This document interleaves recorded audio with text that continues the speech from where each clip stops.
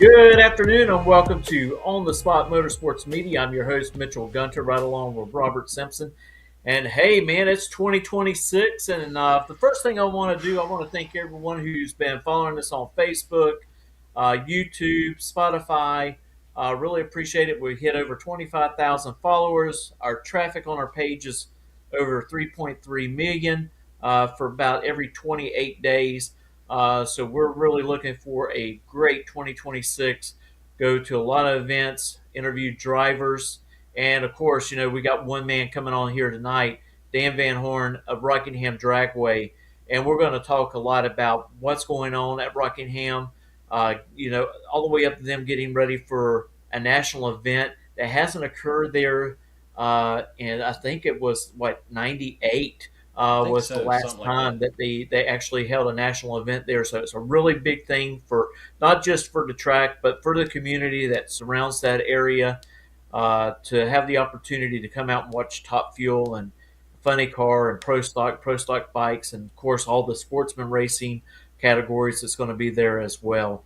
But I tell you what, before we bring Dan on, one thing we want to do, we want to thank our sponsors for helping us along the way, making this happen day in and day out. And I just want to mention them real quick, and then we'll run their commercials because I think we need to give them what's due to them. So we have uh, big stuff coming on board. That's someone new. Red Line Oils and that synthetic oil. They're came back on with us, and SCO has Scorpion Racing products. And so a big thank you to those companies for partnering up with us. And we're looking to add a couple more. So if you're a company out there watching this and you'd like to be part of this, just reach out to me or Robert, and we can make it happen. So we'll be Absolutely. right back after these messages. Reliability to drive thousands of miles. Confidence for those who fly high. Redline oil products give you the power to crush the competition. And a track record of being the best. Redline oil products. You push it to the limit. We'll protect it. Ready to take your engine to the next level? Scorpion Racing Products delivers precision-engineered, high-performance rocker arms that dominate the track. 100% CNC machined in the USA with aerospace-grade aluminum for unmatched strength and durability. Our rocker arms handle extreme conditions with multiple ratios available to fit your needs. Backed by our exclusive lifetime warranty. When performance matters, choose Scorpion Racing Products. Proven, reliable, unstoppable.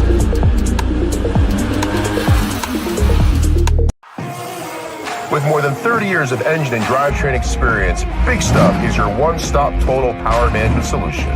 Whether you're controlling a 600 horsepower street car and want the best drivability, or have a 6,000 horsepower race car, need the most bulletproof, reliable control hardware, Big Stuff can do it all.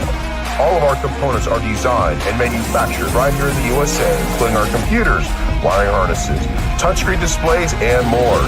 Nothing is built offshore, and we take pride in being one of the only automotive aftermarket manufacturers that can say this. Learn more at bigstuff3efi.com or connect with us on Facebook and Instagram for more information. Well, Dan, I want to thank you coming on. I know y'all have been really busy up there in the hills of Rockingham. And I tell you, the track is looking great. All the things that y'all have accomplished over the years. And I tell you, I think that right there goes a long way of earning y'all a chance to now host a national event for the area. Yeah, I mean, it's been a lot of work, a lot of luck. Timing is a big part of it. And just the opportunity to restore some of the history that has been lost through time. Yeah, it's pretty surreal. It And is. one thing about Rockingham that I've always liked, we went up there years ago for an NHRA divisional final, and it was like a little step back in time. I mean, it just gives you that retro type feel, and I really like that because that track has been around for a long time. 1969. Yep. Yep. Yeah. Absolutely. It's many upgrades as we've done and remodeling, and we'll talk about that at length, I'm sure, tonight. The feel and the vibe of the track has remained intact without a doubt. Yeah, that track. First of all, Dan, thank you very much for coming on. I mean, your crazy busy schedule, so thank you for coming on tonight. And you're right, Rockingham has that feel from the way that the staging lanes are laid out to going underneath the walkway there next to the tower to the concrete grandstands built into the side of the hill. It really has that down home feel that kind of that tracks like that really represent. So we appreciate it. But you got to tell us, how in the world did you and Al come about to buy the famous Rockingham Dragway? I have no idea. uh, I mean, I've told the story a bunch of times, and it changes every now and then, just because it seems like time is just kind of getting away from me on it. But I'm a retired air traffic controller, and when I was getting close to retirement, I was trying to figure out what I wanted to do, you know, for the next phase of my life. And Al and I had raced together in the Modern Street Hemi Shootout, which is a late model Mopar series that we had put together about 17 years ago now. And you know, I was looking to stay into the sport, and when I went to the different tracks that were on our circuit, I would talk to them about the industry and talk to the different track owners and different track managers, and I was thinking that maybe we'd go and find an 8th mile track or build one and just kind of turn it into like a little bit of a hobby. And Mm-hmm. had that conversation with people like Royce, at MIR, and Right. Jim Halsey at Cecil, and Right. all various tracks that we raced at Ozzy in Orlando. And Mm-hmm. I had the same conversation with Steve at Rockingham, Right. and he said, "Well, ironically, this track is for sale." So uh, before you knew it, we were in a 2-year plan to take over, and here we are. It just so happens that's what started, right? You just happened to have a conversation and piqued Yeah. your interest, and there you went with it. Now, Yep. uh, uh, Sometimes things just fall right into place. exactly, exactly. And the fact, okay, so y'all bought the track in 22, okay, and I'm sure that when y'all bought it, y'all had huge plans. Was one of your plans to work towards bringing a national event back to Rockingham? We wanted nitro. That was definitely one of the first things that Al and I had said that as a goal. You have to set goals. Anytime you do something, and that was one of the goals that we had set. National event may have come up in our conversations, but we're also realistic, and we didn't feel that that was necessarily um, an obtainable goal at the time. Especially the condition of the facility when we bought it was, for lack of a better term, it was just terrible. Right. So we knew that that was just not realistic. But it turns out it was realistic. We just didn't know. Just everything. I mean, I can go on and on about it, but everything kind of fell our way, especially these last few months, and a lot of hard work. There's no denying a lot of hard work and a lot of amazing support, from local legislators, city managers, local tourism, county tourism, state reps, state senators, and just really had a lot of support. And we put in the work, and we did the things we needed to do. And um, you know, you can't do it without just amazing support. And as you guys know, just the change in the course that the NHRA took with their schedule, and Right. changing the Charlotte to one, those things you could never have predicted. And that's why we didn't think it was obtainable, because there was two national events right down the road, right? So Right. we were kind of reaching for nitro and thinking of a showcase or a match race or something along those lines. Um, but here we are. Well, I tell you, I think NHRA done a great service to themselves of not holding two national events at ZMAX, Right. because it's really hard to get people to come back in the fall after being there in the spring, and by doing that, they're showing interest to another area to pack the stands. And unfortunately, the fall race was getting where there was not very many people in the stands, to the point that they pretty much blocked everything off. Like if you're looking down the track, the whole stands were blocked off on the right side. The only place that people was sitting was on the left, and it's disheartening that that happened to ZMAX. But then Mm-hmm. again, it opened up a door for Rockingham Yeah. to be able to hold that countdown race there.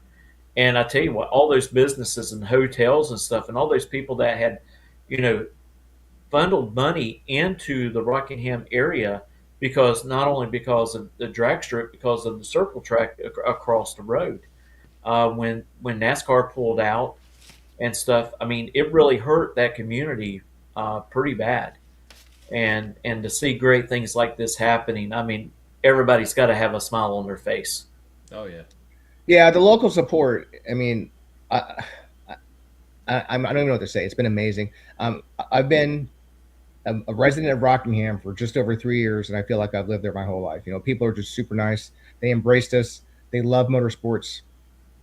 You Yeah. know, it's undeniable. It's North Carolina, but Rockingham specifically, and there's no denying that NASCAR is always going to be the first thought. You know, when you think of the Rock, you know, and um, I'm a drag racer, so when I think of the Rock, of course, before even ownership, I was thinking of the drag strip. But if you ask the general population, they're going to think of NASCAR. So when they got, you know, obviously it wasn't a cup race this last April, but it was met with open arms, you know. So and we have gotten a very similar, you know, vibe, you know, from getting a national event here for September of this year.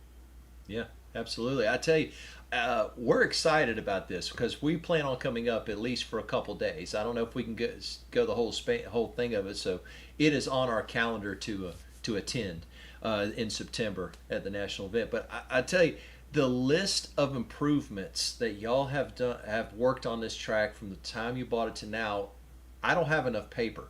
That on the research, I don't have enough paper to keep up with. I know I could.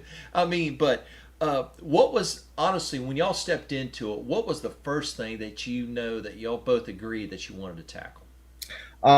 Just reflecting on, you know, the chain of events, and it's kind of hard to remember exactly what came first because we did so many things simultaneously.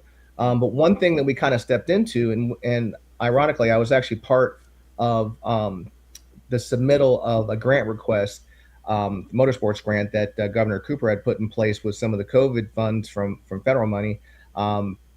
We had the Steve and Rockingham Dragway had submitted a request to replace the surface and the timing system and a couple other things. So we had already had that stuff scheduled prior to taking ownership. The grant wasn't going to be obtained by the track until after our ownership, but we knew it was coming. So Right. that was already, we were already kind of laying the groundwork for that. So, and my partner Al is a concrete guy, so we were pretty excited that he was going to be able to showcase, you know, his knowledge, not so much his skill set, but his knowledge on getting that done. So the surface and the timing system were the two major things that we started with. That right there is the two biggest things that draw racers in or out. Absolutely. You know, so you can, and you being a racer yourself, you and Al, I mean, you knew exactly. Now I tell you, everything that I've seen from the petitions that you put on the starting line to the LEDs, the dial-in boards and everything, that sounds simple for many people just to read about it, but it means a big thing as a racer, especially the way the sun sets behind the tree coming up the track. Anybody that's ever been to that track at certain times of the day understands that sun coming up that track. It's both beautiful, but it's also it's also a challenge. So, but I mean, drainage system, lighting, RV parking, repaving, taking care of the track. I mean, it's endless. I mean, bathrooms, showers. I mean, I was going to say, where does it stop? And I don't think there is such a thing, right? No, and we're not unique. Every venue similar to dragways, you know, and dragways obviously are an aging industry. There is no end. By the time you get to the end, the beginning needs to be redone again, right? So Sure. it's there is a lot. It's an outdoor venue, and it's one of those things. If you don't touch it, it's going to decay. So you constantly have to give all these things attention. Um, you know, and I go to other tracks a lot, you know, with the Modern Three Hemi Shootout, and I not as much as I used to, but and I look around and I'm like, oh man, I feel their pain, you know, because it's just a lot. It's a lot to keep up with, and it's nice when we have, you know, racers that have been gone for, you know, 3, 4, 5, 6 months or maybe a year or longer, and to identify those things that they're like, oh wow, you did this and this, and honestly, you're like, oh, I forgot about that because it Right. was like 25 projects ago. But it's also nice that they see it, you know, and it Right. stands out because when you're there day in and day out, you kind of lose a little bit of that effect of, the fresh paint or the new bathrooms and, the bar and the pavilion and the stage. There's nonstop things that you do. And then you just kind Right. of, you finish a project and you go on to the next one. And, unfortunately, you kind of lose sight of what you had done, because there is no end. You're just constantly trying to improve. And that's our strategy right now. And we're going to do it as long as we can. Obviously, it is a business as well. And there probably has to be a point in time where we have to try to make a little bit of money. We are reinvesting into the track continuously. So if we weren't doing these renovations, we would be making a profit, but maybe the racers and the fans don't come if we're not doing these renovations, right? So some of the stuff is hand in hand. Right. We're hoping to get the track to a point where everyone's like, we really appreciate it. It's doing well, and kind of like slow down on that and do more of a maintenance type. Right. Right. That totally Well, makes sense. Go ahead. y'all actually posted some pictures the other day. Y'all seen something y'all didn't like, so y'all just started digging up the concrete and It's replacing it on the track. I mean, that just shows how dedicated y'all are, having a great racing surface for all the drivers, no matter what category that they're going to be racing in. well, we have to look everybody in the face, and I'm a pretty straight shooter, and there's not very many times that you're going to point out something to me at the track that I haven't seen and identified myself. And how can I possibly ask you to come back and race when I know there's a problem, right? And Al Right. feels the same way, and we all feel the same way. And Jim Howard, our track manager, feels the same way. We knew that there's, even though the surface was brand new, there was some stuff that should have been done differently. And money was an issue, right? So obviously, if money was unlimited, things would have been done entirely differently. But we Right. tried to keep up all the modifications within our budget, and it was a grant that was a finite number, and we tried to stay and stretch it out as best we could, and we did a great job with that. But it did, has some side effects when you do it that way. So Right. there's been having to go back and profile the track and having to go back and add some drains. And now we're going back in and adding some more drains, and we're going to redo both lanes to the 60 foot, and try to make them both equally suited. So right now, the way the track was is we had a lane that was a little better than the other lane, and that's not how, for a pro mod it wouldn't show itself. When you had a small tire radial race, it would show itself. So we're Gotcha. just not, we don't want to be that way. We want everyone to show up and feel they have an equal opportunity to win, no matter what the situation is. And that's why we're doing it. Yeah, I like that, and I like what you said. You were like, we have a fast track, and we're going to make it faster. And that's the truth. That is, I mean, and like I said, the fact that you're addressing something that you can take care of and make it better and equal for everybody. Now, tell me something. Clearly, you and Al have been in hot rodding and enjoyed stuff like that for a long time. But when tell us how you came about starting the Modern Street Hemi Shootout. Is that a trick question? No, it's just a silly decision. Oh, we can all say that, right? Yeah, well, we all know, and everyone that's going to watch this, whenever they come in, or whether they're watching it now or watching it down the road, we all know what drag racing does, right? It's a little bit of a drug, it's a little bit of a disease, it's a little bit of an addiction. But the most important thing is that you become family with so many people, and you become friends with so many people. Right. And basically, I had bought a 2006 Dodge Charger SRT8 and never drag raced before. So that's 20 years ago, which doesn't sound like a long time ago, for a lot of people, but 20 years is a significant amount of time.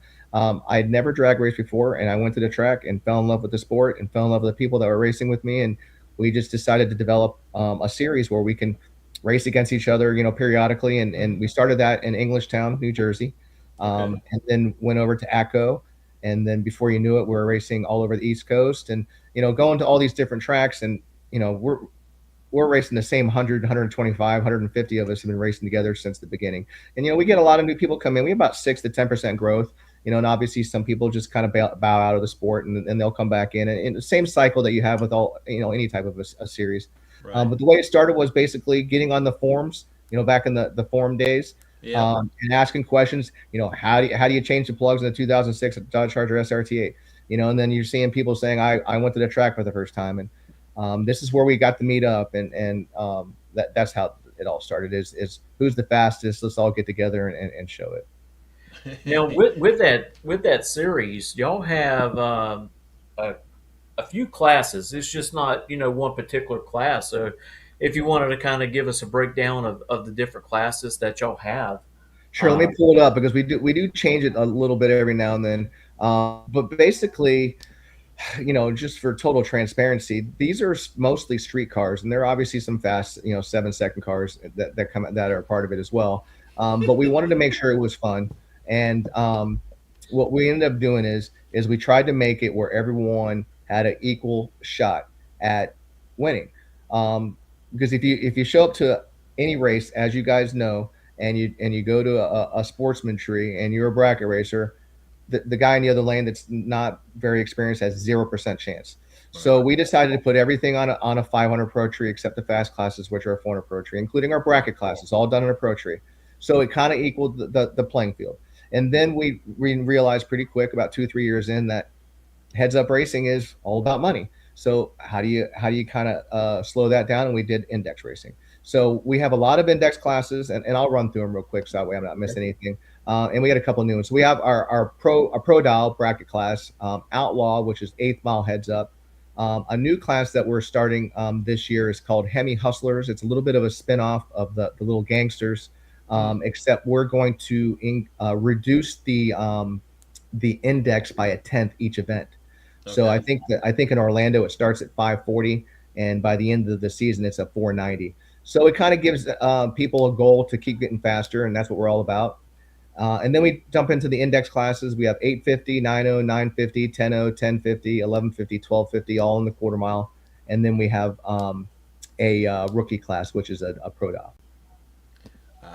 You answered one of my big questions, and I like hearing is that you run quarter mile when you can run quarter mile, obviously, and reducing some of the classes, some of the heads up to 8th mile or something, which totally makes sense. So thank you for doing that alone. With so many places for one reason or another, quarter mile facility and only run an 8th mile, so thank you for doing that for sure. Now, who's Tomcat? Somebody just chimed in and says, will you ever beat Tomcat?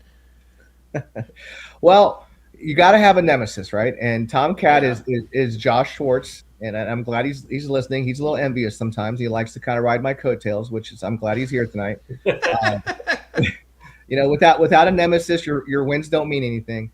Right. But Josh Schwartz owns High Horse Performance, which ironically is one of our biggest sponsors, a title sponsor of the Modern Street Hemi Shootout. He actually is a sponsor of Rockingham Dragway as well. He's a great friend of the series of Rockingham Dragway, and of me personally as well. But he was there from the very beginning when we all were just learning about this late model Gen 3 Mopar, and we just kind of developed into this friendly rivalry. Sometimes not so friendly. As of late, he's kind of gotten the best of me.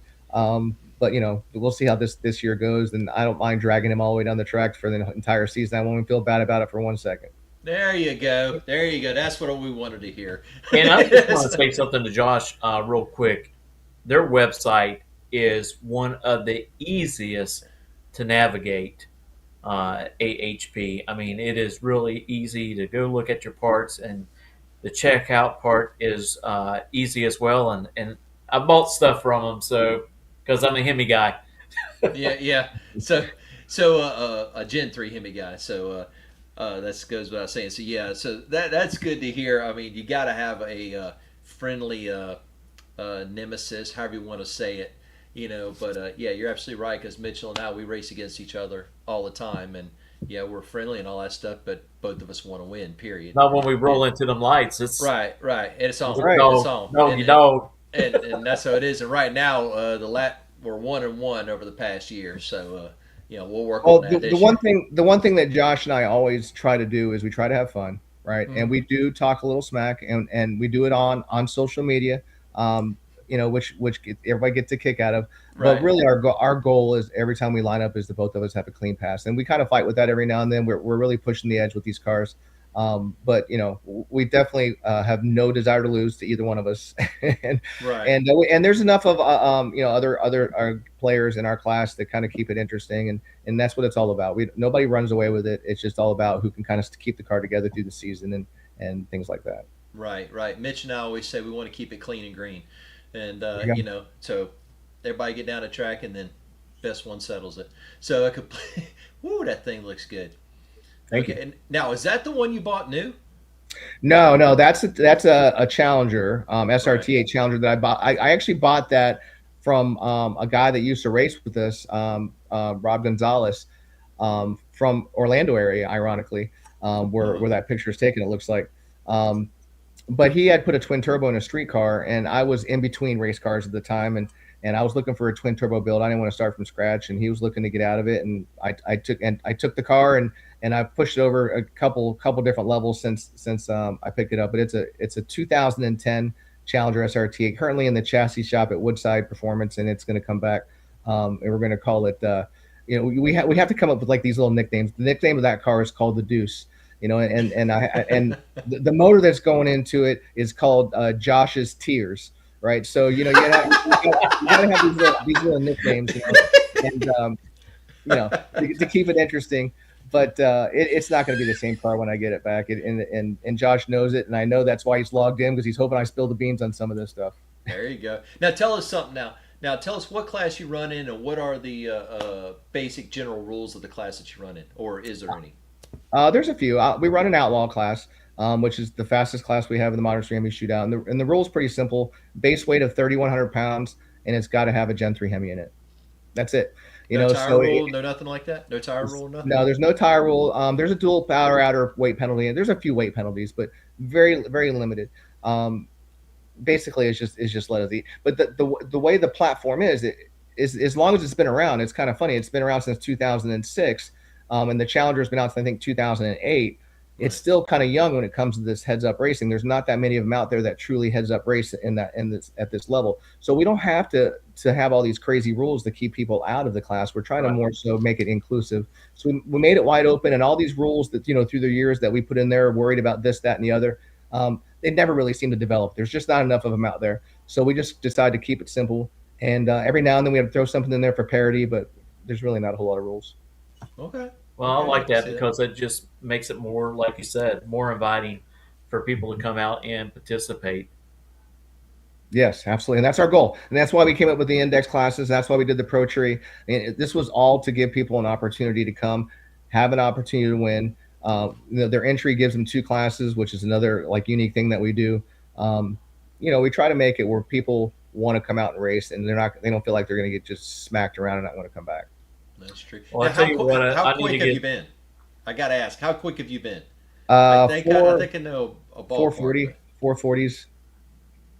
and what about a quarter mile? Wow, seven something. That's like 780, mid 780s, I 770, think something I've like been that. seven. I think it's been 760s, but I think Okay. I stopped racing quarter mile. At that point, it's a 6 second car if you put the right gear in it. But I got no desire to run 200 plus in the quarters. Just not looking to do it.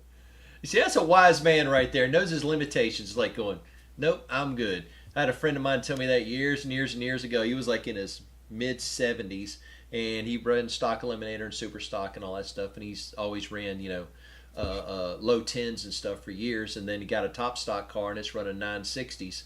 And he was very competitive, but he's like going, I really have no desire to be in that right now. So he stepped away from it and went back to running what he was comfortable. Well, I never thought that eighth mile racing would challenge me or thrill me until I started running, in the fours. I'm like, this is plenty.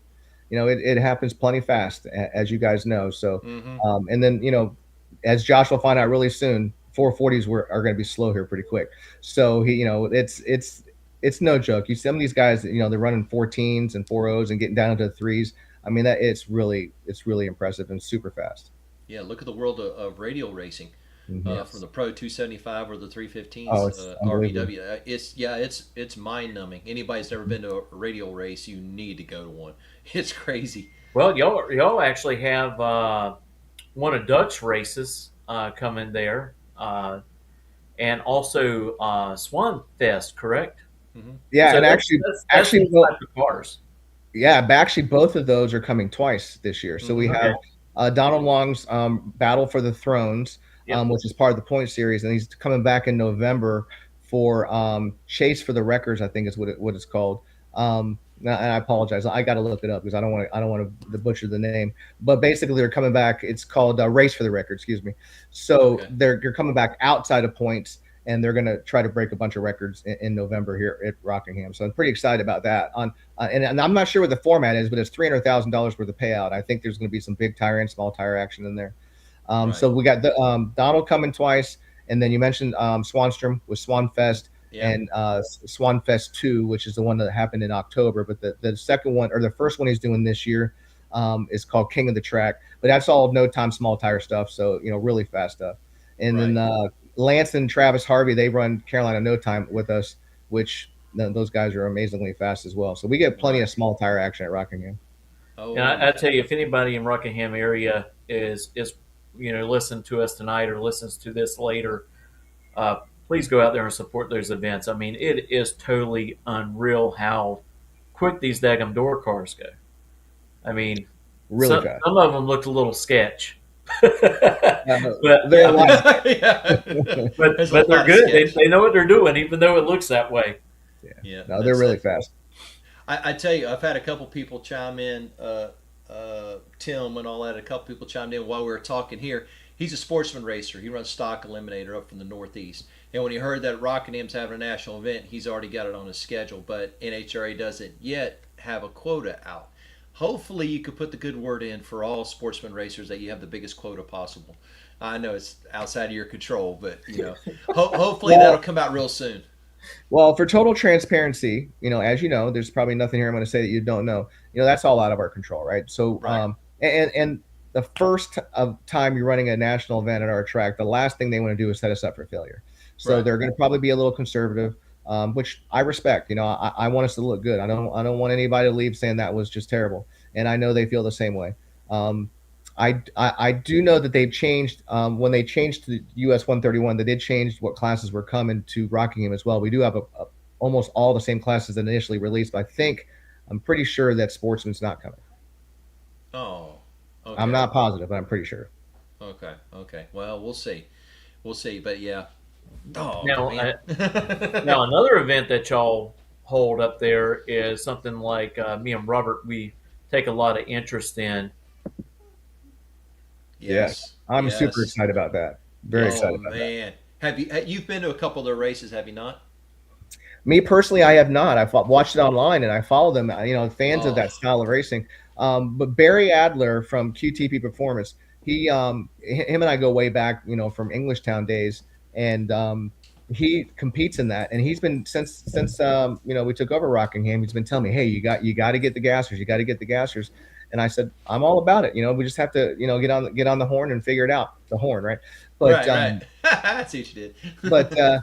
it's always about schedule. Everyone has great intentions. Like I'd love to have all these great events and all these great promoters, and but sometimes there just isn't a date that fits their schedule. Everyone's got kind of jamming in a full season, and we have our neighbors that are doing the same thing. So sometimes it just doesn't work. But we got super lucky that I forget what the circumstances was, but they had lost the track that they were now searching for a replacement track, and Barry had said, hey, reach out to Dan Rockingham. He's been trying to, get with you guys for a little bit of time now. And it just kind of all fell together, like that, Right. just like with the national event, sometimes you just get really lucky. And they're a little reluctant because they're used to racing at smaller venues, Right. where it's very cozy, and, 2,000 people, is very impressive all on top of the surface. Unfortunately at Rockingham, 2,000 people looks like there's nobody there. So they were a little apprehensive. But I think it's going to be a great event. I really do. I mean, we are an old school track, and I think that's going to have a nice little following. It's North Carolina based as it is. I think you'll get, Mhm. get a nice crowd.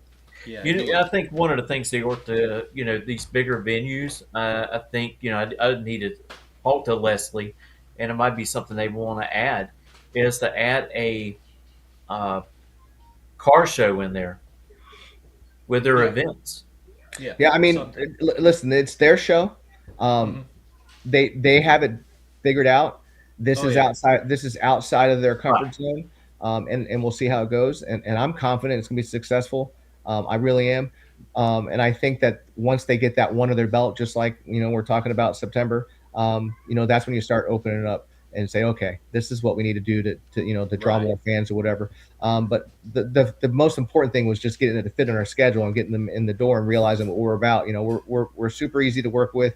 We want everyone to have a good time, and they have a great show, and I'm really excited Oh, about they it. do. Yeah, They it's do. not all about racing. It is definitely a show with Mhm. the backup girls, and The dry hops and everything yes, else in between. You're gonna like it. Now, doesn't Barry?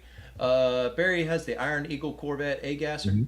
Yes. Okay, and he got it patched up. Didn't you have a little Yeah, I think you had a little rubbing mishap. session? Yeah, yeah, I Yeah, heard little, that. yeah. Because I met him when he was at Valdosta, and I like his products, by the way. And that Corvette is really cool. So thank you for reminding me. I need to reach out and talk to Barry a little bit. Yeah, he's a Uh, nice guy. yeah. But I tell you, it's you're going to enjoy the show. You really are, because everybody is down to earth, and you, you like racing. You're really going to like those. So Yeah. it's really cool. But They promote their series very well too, and being a track owner and a promoter and a racer and all that stuff, and when you see other people doing it to a level that you're like, wow, that's impressive. Like, I'm really impressed with what they do. They're really marketing it very hard, already for the past 6 weeks. For 2026, they've been doing it since late 2025.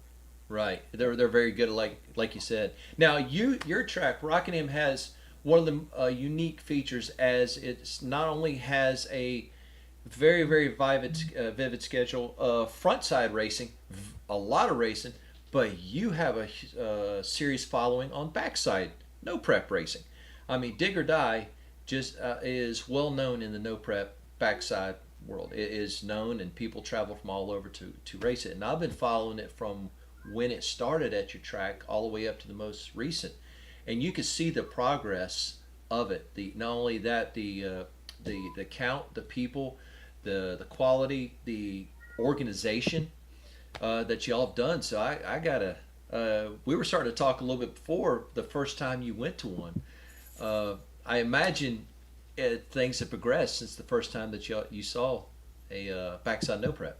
Yeah, and I think that they've been pretty organized from the get go. Mm-hmm. I think what ends up happening as us as not a no prep type style racer and someone that's a track owner and someone that's used to more organized or more conventional type racing, I think that you just see it more than once and it starts becoming a little more comfortable. um, their pace is different, their number of classes is different, the whole style of it is different, and you just have to kind of be somewhat flexible and open-minded. The industry as a whole, and we can go over that over the last like 3 or 4 or 5 years, just Right. with the street outlaws and stuff, with the NHRA basically saying you can never race again if you are a street outlaw guy, to now having them as part of their national events. So Yeah. people just kind of get a little more comfortable with it. Time kind of makes it all a little easier to palate, and that's the same way as us as Rockingham track owners and operators, and we got more comfortable with it, and they've gotten better with it. The racers have gotten more competitive. They've gotten faster. They Mm-hmm. want it to be a little better. You're getting people travel from all over the planet to come for this, so you have to kind of put together a pretty good product, and it's not perfect by any means, and that's kind of what it's not supposed to be perfect. It's supposed to be, an average guy can come out there and do well on it, and our backside is very well suited, to hold people. We have stands down there, we have walls down there, we have a safety V. It's pretty well set up, but it's also has that little bit of a wild west feel to it, which they don't want to lose. They want the flashlight start. They don't want the wind lights and things of that nature. So Right. you have to kind of keep that street feel and that grassroots feel, which they've done a really good job with. And they're really easy to work with, like very receptive. We're partners in that program, so we wanted to do well for all these different reasons. But safety is something that they take seriously as well. Obviously the starting line vibe with any type of grudge racing type or grassroots type racing is going to have that crowd around it. But as far as like pairing cars up and calling them up and making sure that they're clear and all these things, they're locked in just like any other series is. right. And then y'all are just not about the cars. Y'all are also about the bikes, and the Extreme Drag Bike Association. They come and visit y'all twice. Yeah, that was really excited about that. So, and I'm not going to pretend to know all the history, but I know enough of it. Um, Jason Miller had reached out to me prior to Al and I even buying Rockingham, saying, "Hey, I want to come back to Rockingham," And I'm like, what do you mean?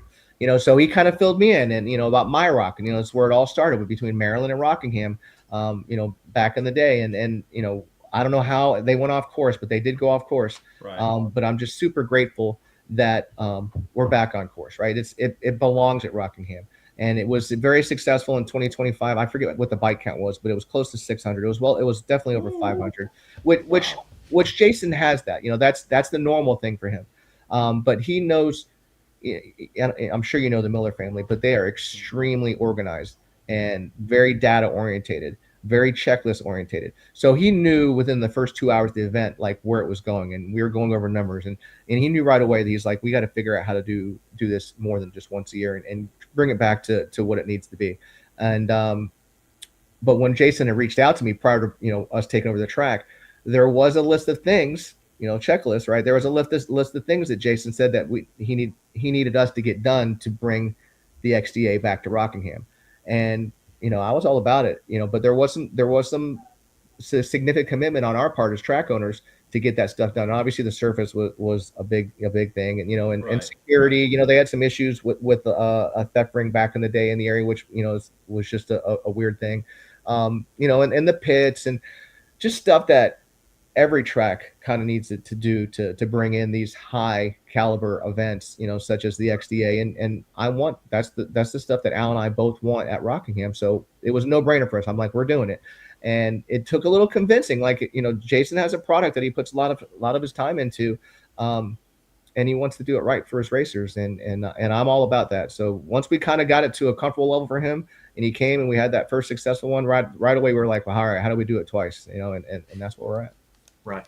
And I think with, last year, PDRA, they went ahead and they cut the motorcycles from their events. So I believe, that will actually help them grow even a little bigger this year. They're going to pick up some riders to come out to race, since that series decided to cut back from the motorcycles.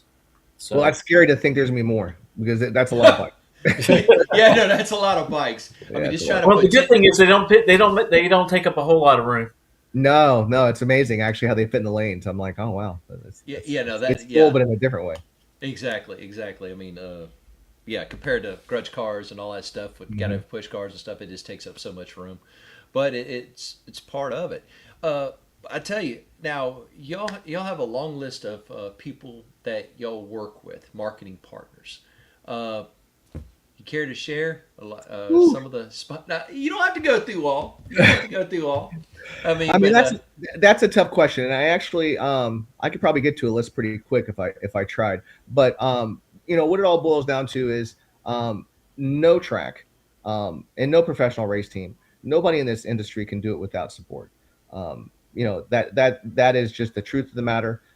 Between the equipment, and big supporter of our track is VP Racing. We're a big VP Racing track.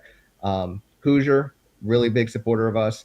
A lot of local vendors, a lot of local shops, and I'd be remiss not to mention that a lot of my Modern Street Hemi Shootout sponsors also sponsor Rockingham Dragway, and that's just them being loyal to me, which I can't thank them enough. But it's also the home track now for the series. So they come twice a year already, and they come and test, and they come and race outside of the series at Rockingham. So it made sense for them. But the list of the supporters that we have is enormous, but you can't do it without support from sponsors, from the racers. But us at Rockingham, the thing I cannot let get away from us is we have an enormous amount of support from our local legislators, and from our tourism, and from our state legislators. It's just unbelievable. They have had our back since the very first moment we showed up. They saw what we were about, and we didn't have to prove it too much. They kind of put a little trust, and once we kind of proved it out, they just keep coming back and say, what else do you need? What else do you need? So as much as, the sponsors, they are a huge asset. They truly are. We can't do it without them. But as important, and even more important, are those big ticket items that we get from grants and things of that nature. gotcha. Happy New Year, Mark. Yep. Happy New Year, Mark. I tell you, I can't wait to get up there and actually see the track again, because it's been it's been a couple years since I've been up there. Oh wow, So you're not going to recognize it. oh no, no, no. Because I'll put it this way: the last time I was up there was the last bracket finals. That's the last time Yeah. I went down that track. Okay, so and I've had Derek Putnam when I talked to him today. He says, "Man, I think he said he's been here like 4 times in the past 3 years." He goes, "So I've seen all." He goes, "I've seen the updates," and he goes, "The place is phenomenal. It is fantastic." And he was going on and on, and some other people that we've talked to have gone up there and raced, either through the bracket series that's come through there, or different events or something like that. Mhm.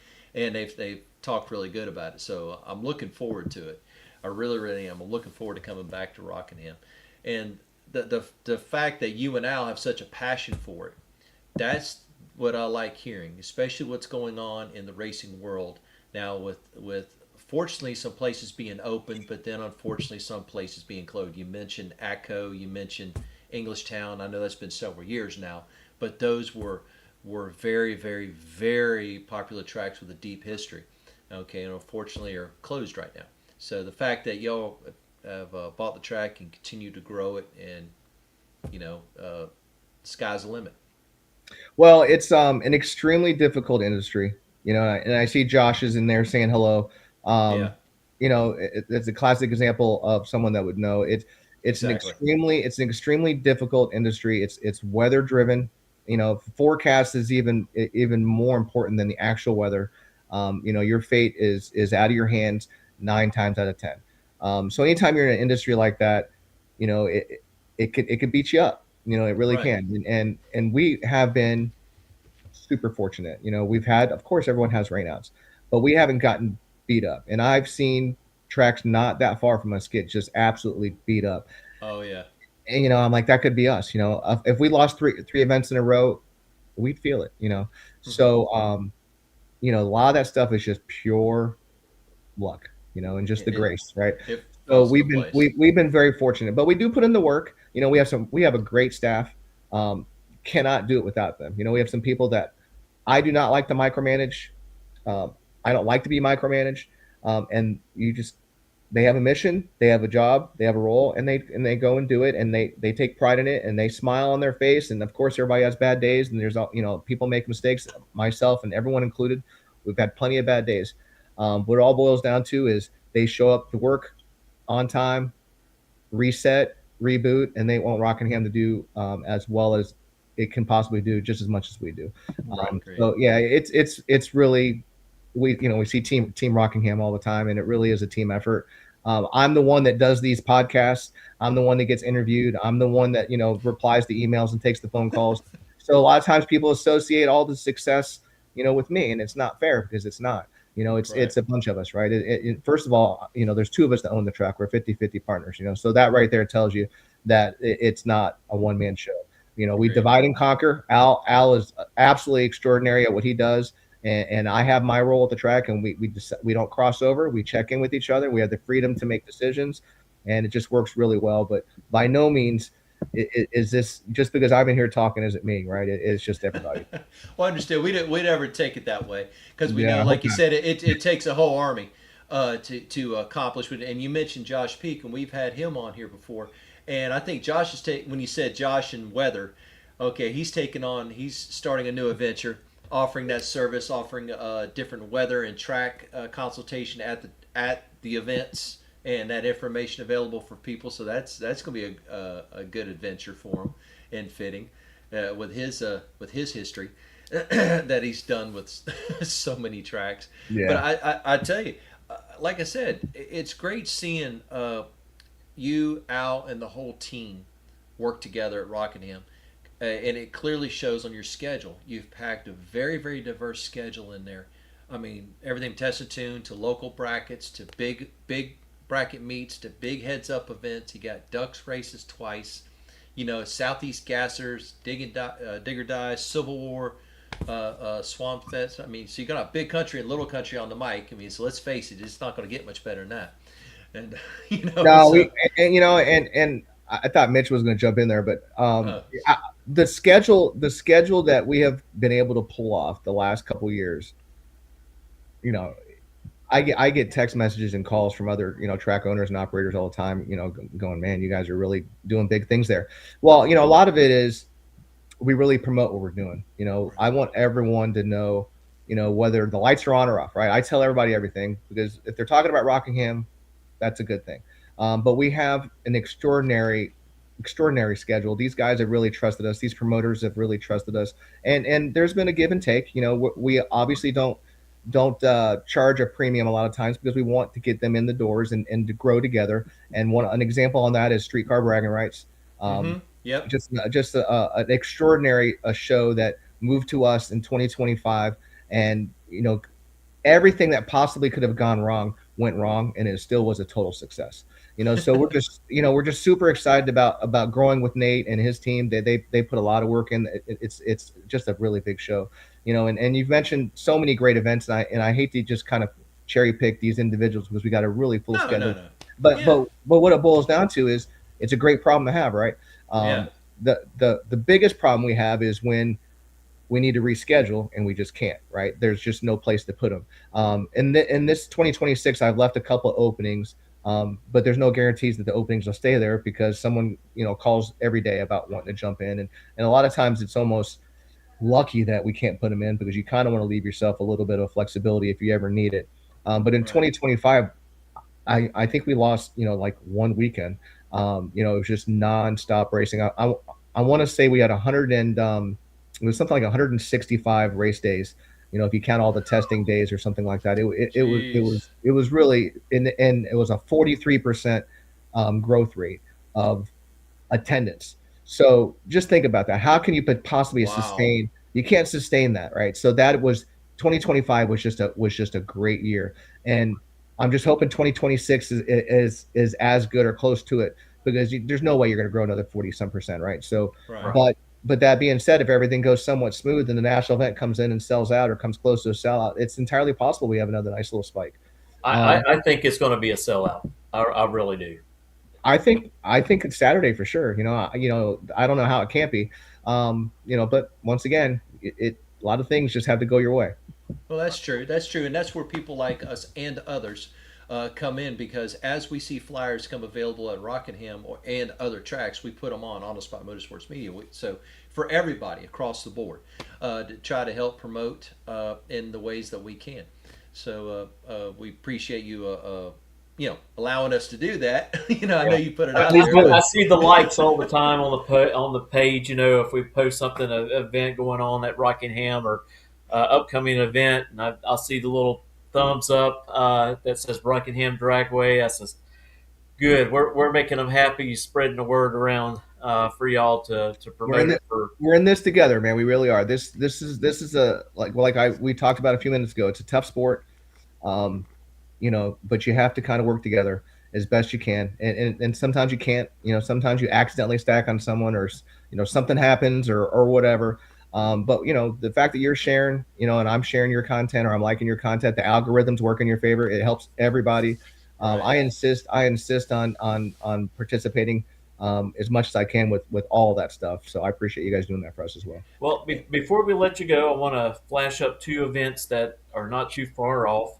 And one of them is the Ross Drag Wars. Mm-hmm.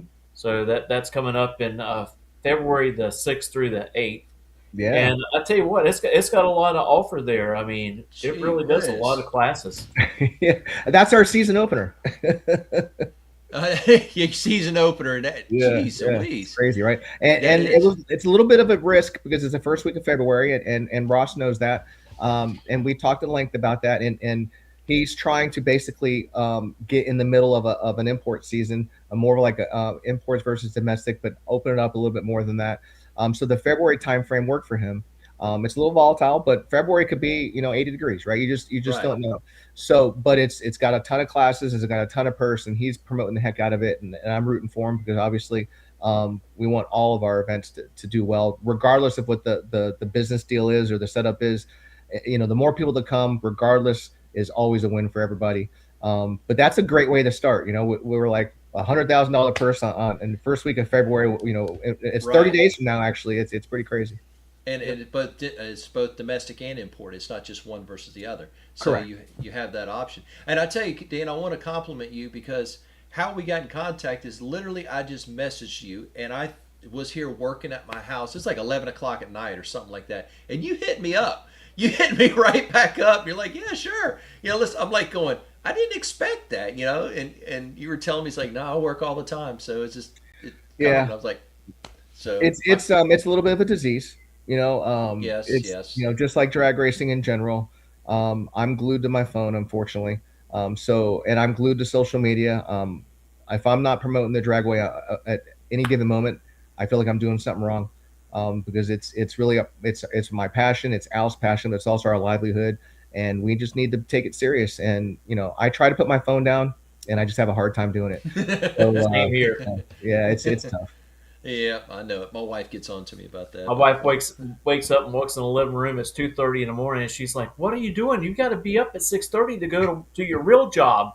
Yeah. I'm in here writing an article.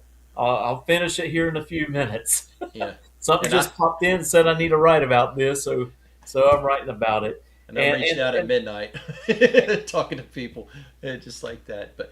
But Dan, tell everybody how they can get a hold of you, and also the page for Rockingham Dragway. Well, Rockingham Dragway on Facebook is the easiest way. Hit me up on Messenger. My email address is super simple. It's dan@rockinghamdragway.com or events@rockinghamdragway.com. And if you're looking to get involved with the Modern Street Hemi Shootout, it's hemirace.com, and you can hit me up on my personal profile as well, Dan VanHorn. I'm if you can't find me, it's because you're not paying attention. I'm really accessible, and I do my best to try to give everyone their moment. It's difficult to keep up with, but I enjoy it. I meet a lot of great people, and you never know where these short conversations or this interview or this conversation we're having with with the chat in the sidebar, where these things go, right? And Right. I take that stuff seriously. Networking and being respectful and open and trustworthy and loyal all means something to me, and I like to be accessible. Yeah, Well, absolutely. again, thank you for the opportunity to have you on, and I'm looking forward to making it to one of your races. I need to. I've been wanting to do it for a while now, and I know I'm going to have fun, no matter if Oh I yeah. turn on Oh, wind yeah. lights or not. I'm going to have a good time. I've been busting That- his chops about that. So That's what it's all about, guys. As you know, we talk to the juniors about that all the time, and the parents get a little too serious, and we're like, this is supposed to be fun, and it is a sport. Obviously, us as owners, it's a livelihood, but when you're coming there to race, you really got to remember that it's supposed to be fun. Agreed. And we encourage everybody to support Rockingham Dragway. We encourage everybody that to support those that support Rockingham, but also the supports the Modern Street Hemi Shootout. Okay, there's many companies that work with them. Okay, and there's many events. So even if you don't have a car, go attend a race. Okay, you'll quickly discover friends that you never knew you had. You'll just quickly discover family you never knew you had. And it'll grow from there. So we encourage Yeah, the next- everybody. We encourage everybody to follow them, not only on Facebook and all the social media sites, but go to their events. Yeah, Thank the you. next thing you know, you'll be buying a race car and you'll be competing there, which that's a great thing too. Welcome to the sickness. Exactly. That's another thing, but we'll talk about that. But Dan, we want to tell you thank you very much for taking time out of your schedule to talk to us tonight, and we look forward to talking to you face to face later on this year. All right, looking forward to meeting you guys in person. Thank you. All right, take care, Dan. Have a All good right, night, good buddy. night. Yep. Good night. I'll tell you what, we're going to run a couple of commercials. We'll be right back after this to close out the show. Reliability to drive thousands of miles. Confidence for those who fly high. Redline oil products give you the power to crush the competition. And a track record of being the best. Redline oil products. You push it to the limit. We'll protect it. Ready to take your engine to the next level? Scorpion Racing Products delivers precision-engineered, high-performance rocker arms that dominate the track. 100% CNC machined in the USA with aerospace-grade aluminum for unmatched strength and durability. Our rocker arms handle extreme conditions with multiple ratios available to fit your needs. Backed by our exclusive lifetime warranty. When performance matters, choose Scorpion Racing products. Proven, reliable, unstoppable.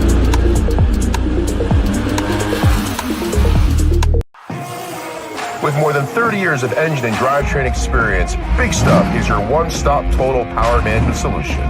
Whether you're controlling a 600 horsepower street car and want the best drivability, or have a 6,000 horsepower race car, need the most bulletproof, reliable control hardware, Big Stuff can do it all. All of our components are designed and manufactured right here in the USA, including our computers, wiring harnesses, touchscreen displays, and more. Nothing is built offshore, and we take pride in being one of the only automotive aftermarket manufacturers that can say this. Learn more at bigstuff3efi.com or connect with us on Facebook and Instagram for more information. I tell you what, Robert, man, what a great show, a great opportunity to talk to Dan and all the improvements they have done to Rockingham over the past couple of years. Just a very short time, really, if you really look at it. It's a very short time. And now they get to hold host a national event there during the 75th anniversary of the NHRA during the countdown. It doesn't get no better than that. Oh, I agree. I'll look forward to going back there because, like you and I talked about, we haven't been there since the bracket finals, several years back now. So look forward to that. But also, I don't know if I heard him correctly. Did he say he believes that Sportsman Racing might not be at this event, or was that the Epping race? Or not the Epping race, but the 131 race? I didn't catch that. I will have to go back to make double sure of that. And also, Right. jump on NHRA's website and double check it there Right, because as well. the last thing I saw is to be determined is what it Right. said That's what concerning it says. concerning the quota. Right. So we'll see, but yes, and honestly, ladies and gentlemen, I just reached out to Dan through Messenger and left a message at the track, and I honestly didn't expect to get a call back or a message back for a couple days because it was 11:30 at night. I was working on stuff, but he responded back, and he responded back very very quickly, and agreed to come on. So Dan, thank you very much. For coming on, and everybody, we want to tell you thank you very much for chiming in and watching. We had a lot of comments, so we appreciate that. We appreciate the interaction, and we want to tell you thank you very much for following Mitchell and I on the Spot Motorsports Media. We continue to grow. We've exceeded 25,000 on Facebook, and we ask you, if you haven't already, to go over to our YouTube page, On the Spot Motorsports Media, and subscribe there. We're working on building that page up, and with your help, we can do it. Okay, this interview will be over on YouTube probably tonight or in the morning. I can't remember which. I know it's supposed to go over live, but it takes just a couple minutes for it to click over there. And Yes. then we'll also get it uploaded onto Spotify within a day or two. So you'll have an opportunity on different platforms to be able to listen to this same interview. But also, we wanted to say thank you very much for Redline continuing to come on this year. Redline Synthetics. Mitchell, I made my first order, and it should be here probably by Friday. So you got to get your order in. I already made my order and already done the oil change. Oh, okay. Well, mine's coming in. It hasn't got there yet, so I got to get my oil change. I'm ahead of you. All right. Yes, you are. And want to tell you, thanks Scorpion Racing Products for coming on again. We had a great opportunity to see them at the PRI show and see some of their new products and talk to them. It was great. And also wanted to thank Big Stuff Total Power for coming on, fuel injection, for stepping up and coming on with us this year. We had a great time with them at PRI with a great interview, and you need to see some of the Ben new Davenau products. is a really great guy and Knowledgeable, and you really need to see some of the products, definitely the new products that Big Stuff has to offer. Their monitor, their monitor, similar to a race pack, okay, but their new monitor dash, so you could be able to hook it up with different systems. But they also offer an external weather station, so you can put the weather monitor actually in the back of the car, under the back of the car, wherever you decide, and it comes up real time on the dash, and it ties into your data login.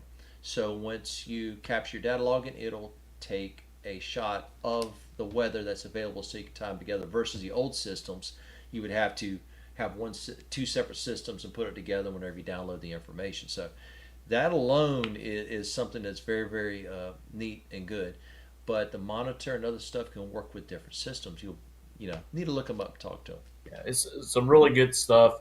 A lot of great products that was debuted there at PRI. I think Robert had a good time, except for the snow. The snow wasn't bad. Okay, and now it's been a long time since I've been in snow, ladies and Was the gentlemen. ride a little sketchy? Okay, yeah, from the back, yeah, yeah, and the Yeah, Uber. I was comfortable. Yeah, ladies and gentlemen, quick story. We had to get out of there. What was it, Saturday or Friday? I can't remember which. We had to get out of there. The snow started. Saturday. The snow started at about 11 o'clock. Okay, so our flight was like we had to be at the airport like 2 or something like that. So we ran out of there at 2, and it's already 3 or 4 inches on the ground. Okay, and we go in there to get an Uber, and you know how sometimes it's hard to get an Uber during situations like that. They haven't had a chance to plow the roads yet. So we met a couple, and they said, "Hey, we'll split. We're going to the airport right now. We'll split a ride with you." Okay. So we got a ride with them. They said 4 people. The nice lady that pulled up in a car exactly this big, she was surprised at 4 people.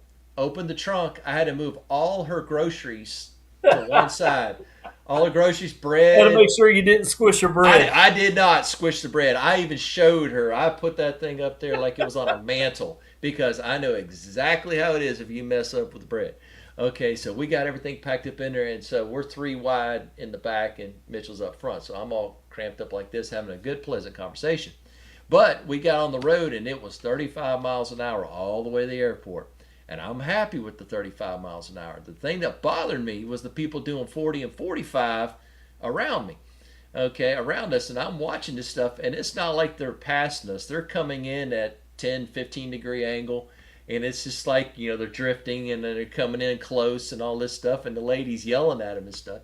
And Mitchell's And like, she's oh, asking me the whole time, "How's yeah, my how's the driving? driving? Am I doing okay?" Because she's from Haiti. She's only Right. been living in Indianapolis for about 4 months, so she hasn't got a lot of experience driving in the snow. But she did really good, I might add. So I'm in the back having a conversation, and we're like going, does anybody really want to look out the window right now? And they're like, no, I really rather not. But anyway, we got safely to the airport, and but then we were snowed in.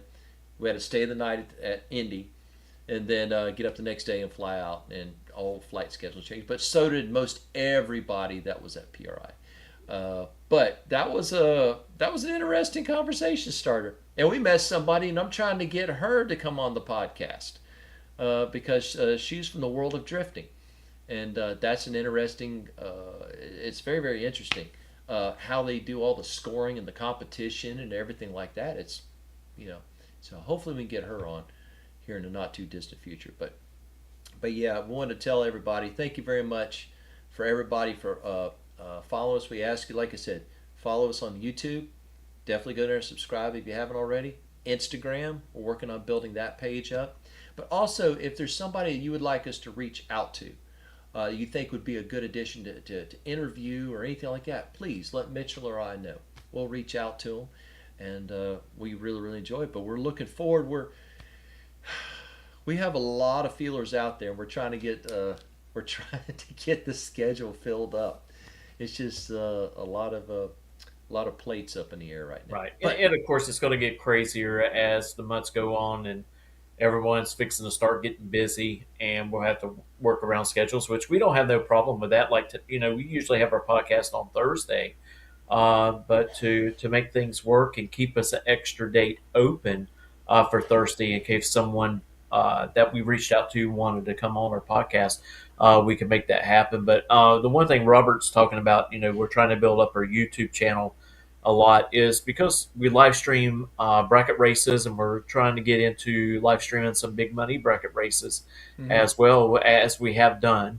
And it's a whole lot easier going on there and watching the racing than it is on your phone or your laptop. You can actually go to your smart TV, go to YouTube, find us, and watch it live. But yeah, we're trying to build that up, and tell you, we were really blessed for 2025, and looking ahead of 2026. And the first race that we'll be live streaming this year will be at Gainesville Raceway for their Scorpion Racing Products Series, and that will take place on January the 4th and 5th. I think that's the Saturday and Sunday. No, no, Uh, no. It's January 24th and 25th, I think it is. yeah, You that's what I said said. no. You said 4th and 5th, and I'm like going. Oh, I was thinking I said 24th and 25th. Sorry. Well, it's Yeah, the yeah, 24th and 25th. yeah. If it was the other way, we're already late. Yeah. Which I've slept very little since then. But Brian, to answer your question, on the Spot Motorsports Media on both YouTube, obviously Facebook, okay, Instagram, and Spotify. It's all under the same name, On the Spot Motorsports Media. So, like I said, we encourage you to ask you to go ahead, subscribe. If you haven't subscribed, turn on that notification bell and everything like that. You'll be able to see all these interviews, both current and past. You'll be able to see those. You'll be able to see all the previous races that have been live streamed. They're still on there. And I'm going to start uploading some of the interviews that we did, that we currently have on Facebook. I'm going to start uploading those on YouTube and other things like that. So we continue to work hard. We're like everybody else. We both have jobs full time, and it's not this. So we're Maybe quite one day. busy. Maybe one day, but right now that's not the case. I'm working on my car, trying to get ready for the thank you, Brian. And I'm trying to get my car ready for the first bracket race. I had to just do some maintenance and updates, and Mitchell's doing the same thing. But we're also talking to some other people who might be coming on board with us for this year and hopefully the future. But we'll just wait and see. But I tell you, like I said, we currently right now we have, I think we got all of January and starting in February. I think we have them booked up, and like I said, yeah, there you go, Brian. Autumn de Rossette, she's going to be joining us on the 15th Next of Thursday. this month, and we're going to talk about what she does. She's a bracket racer, but she's also part of Race Her, that is fire suits that are fitted for women, which I think is a really great thing. So we're going to bring her on. So ladies, if you're catching this now or later and you want to see about these race suits for you and how to acquire them, well, the 15th will be a really good night for you to join us. Absolutely. And then the following Thursday, I think on the 22nd, we have Top Fuel Racer Lex June and his wife coming on. So that we're looking forward to that. We talked to him briefly at PRI, he and his wife. And I tell you, if you need your little daily dose of motivation, you just need to listen to him and his wife. Yes. They recently became U.S. citizens, and they are motivated, and they are some wonderful people. I They tell you, are. there is definitely their motto is never quit, and that's on all their stuff, and it shows, especially when you talk to them. So you'll feel good. But yeah, I tell you what, ladies and gentlemen, yeah, a very, very, very, very short winter, if you want to call it winter or downtime. But we want to tell everybody thank you very much. We last year was pretty much a record for us as far as views, as far as growth, as far as interviews. Also reaching across many different spectrums of racing, and we hope to continue to do that this year. So, like I said, everybody, if you got somebody you'd like us to talk to, please just let us know. And it doesn't necessarily have to be drag racing, but racing of some way, shape, or form. Something with pistons involved. You know, All so. right, ladies and gentlemen, we appreciate you, and we will see you on the 15th, if unless we schedule someone before then. So, good night, take care, and thank you for joining us. Everybody have a good night. Thank you.